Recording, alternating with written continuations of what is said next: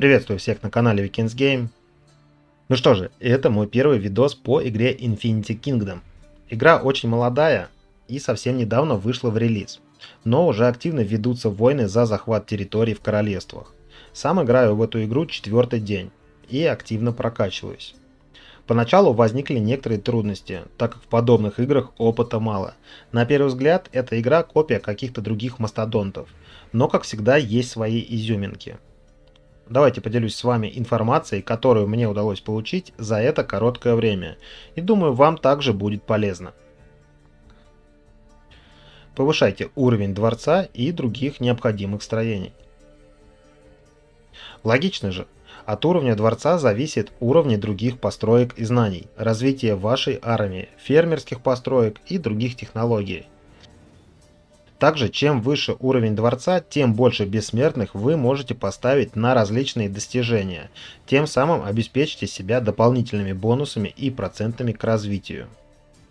Сюда же можно добавить повышение вашего VIP статуса. До 5 или 8 уровня VIP несложно подняться, и дополнительные проценты вам помогут при начальной прокачке, да и вообще в дальнейшем будут вам также помогать. Вступайте в сильный союз.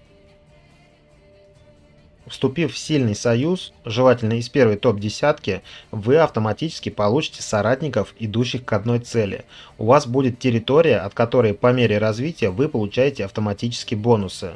Также в союзе прокачиваются все необходимые военные и фермерские технологии, от которых вы будете получать бонусы.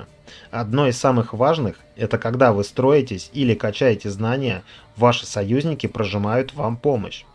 Тем самым вы тратите меньше драгоценных ускорений на малых уровнях, и для фри-то-плейщика это важно. Также, естественно, заходите почаще в игру, не обязательно сидеть целыми часами здесь, но достаточно зайти на 2-3 минуты, прожать помощь вашим союзникам и сделать парочку взносов в прокачку технологий союза. Заглядывайте каждый день в календарь. Здесь вы можете увидеть активные события, как личные, так и для союза. Просто нажмите на события и приступайте к выполнению заданий. За это вы получите различные плюшки, которые вам необходимы для развития. Сундуки с ресурсами, всякие ускорения, где-то побольше, где-то поменьше, но все это вам пригодится. Все здесь засчитывать не буду, просто сами переходите и смотрите, что вам под силу выполнить, а для чего вы еще не так сильно прокачались. Выполняйте миссии и ежедневные квесты. Миссии находятся в меню Союза. Они достаточно несложные. Наш Союз их выполняет, к примеру, в первой половине дня. Тем самым вы получаете сундуки с плюшками, необходимыми для прокачки вашего аккаунта. Не ленитесь и принимайте в этом участие ежедневно. Естественно, тем самым вы помогаете и себе, и Союзу. Также не ленитесь заходить несколько раз в день, буквально на 10-15 минут, чтобы потихоньку закрывать квесты из календаря и недельный квест на Елену Прекрасную. За ежедневный вход в игру вам также достаются мелкие, но приятные награды. Сундуки с материалами, золото, випка, плюшки для воителей. Также каждый день обновляется таймер, который находится рядом с календарем и квестом Елены Прекрасной. За нахождение онлайн вы тоже получаете различные сундуки. Все это пригодится вам для развития. Исследование руин. Пока вы выполняете квест, в том числе квест на онлайн, можете себя развлечь беседой с союзниками, ну или как я, заняться делом. На карте наряду с ресурсными локациями, всякими монстрами, карликами, которых вам нужно будет уничтожать для квеста и сбора материалов для шмота бессмертных, также находятся руины 1, 2 и 3 уровней. Их нужно исследовать. Делается это довольно легко. Достаточно отправить на локацию специально обученного бойца. В итоге вы получаете награды в виде сундуков с ресурсами и другими материалами. Как говорится, мелочь, а приятно. Да и к тому же это все необходимо для вашего развития. Исследования и таланты. Надеюсь, вы еще смотрите видос и не убежали строить дворец в топовый уровень.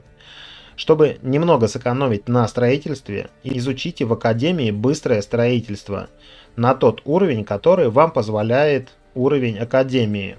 Также, пока вы проходите ежедневные квесты, пока строитесь, изучаете знания, вам падает опыт для вашего правителя. Соответственно, повышая уровень, вам падают таланты, которые нужно распределить в ветке развития и обязательно вкачать стройку века и огромный опыт. В дальнейшем вам, конечно же, это все пригодится. Фермерство, карлики и вожаки карликов. На карте разбросано большое количество ресурсных локаций, и придется немного покопать для квестов и для союза. Опять же, если у вас закончились припасы из сундуков с ресурсами, то их можно добыть на карте в большом количестве. На начальных этапах, в принципе, этого будет хватать. Также на карте вы можете найти карликов трех типов. С них вы получаете определенные трофеи, которые вам необходимы для развития города и бессмертных. Если вы убили карлика первого уровня, далее вам поисковик подберет карлика второго уровня. И так, в принципе, работайте ползунком поисковика до тех пор, пока ваши бессмертные не смогут бить данного карлика. Тогда опускайтесь на уровень ниже и параллельно занимайтесь прокачкой бессмертных. Список всех трофеев и бонусов вы можете увидеть, когда наведетесь на нужного вам карлика. Вожди карликов. Их 4 типа на карте, и нужны они, чтобы добывать сундуки для ваших драконов, ну и параллельно другие плюшки. Здесь обратите внимание, если казна заполнена 3 сундуками для драконов, то пока что не бейте вождей карликов, потому что бить их достаточно сложно, вы теряете свои ресурсы, а в итоге профита особо не получаете, поэтому с этим делом не спешите. Уже несколько раз упоминал каких-то бессмертных, и думаю, пришло время поговорить немного про них. Более детально, конечно же, поговорим в отдельном видео. Здесь не будем очень сильно вглубляться. Но выполняя квесты, исследуя руины, убивая карликов, вы получаете философские камни. Так вот, эти камни и осколки философских камней необходимы для призыва бессмертных. Ну, собственно, частично это вы все еще поняли на стадии обучения, в тот момент, когда скачали игру. Единственный момент: не спешите и не призывайте бессмертных, используя один камень. Дождитесь, пока у вас накопится хотя бы 9 штук, и тогда используйте всю пачку. Тем самым вы себе немного сэкономите камней, и есть шанс, что выпадет большее количество бессмертных. С осколками, в принципе, пофиг, с них дроп хуже, они бесплатные и нет функции использовать все сразу. Бессмертные и их фрагменты бывают как обычные, так и улучшенные. Обычные это зеленые и синие, а улучшенные это легендарные и эпические. После призыва бессмертных их можно и нужно улучшать, всячески усиливать их базовые показатели. Все бессмертные делятся на 6 стихий. Все стихии и всех бессмертных вы можете посмотреть в галерее, которая называется, как ни банально, галерея бессмертных. Кроме того, что бессмертных можно назначать на разные должности в замке, при помощи них еще формируются отряды с вашими войсками. Тем самым характеристики ваших войск многократно увеличиваются. Также в пачку с 4 бессмертными нужно будет добавить дракона. Дракона и бессмертных желательно подбирать в пачку по типу стихии. Тогда они получают полный комплект бонусов. Но если нет необходимого бессмертного, то его можно заменить на любую другую стихию. Тем самым вы пожертвуете одним бонусом. Ну и все. Дальше потихонечку вы их прокачиваете и в принципе в бой. Как в PvP, так и в PvE режим. На этом, наверное, на сегодня все. Не буду долго затягивать. Я уверен, у вас возникли какие-то и другие вопросы. Поэтому в комментариях напишите, пожалуйста, ваши вопросы. Также напишите какие-либо замечания и советы по игре. Это все мне поможет понять вашу заинтересованность и подготовить материал для следующих выпусков видосов.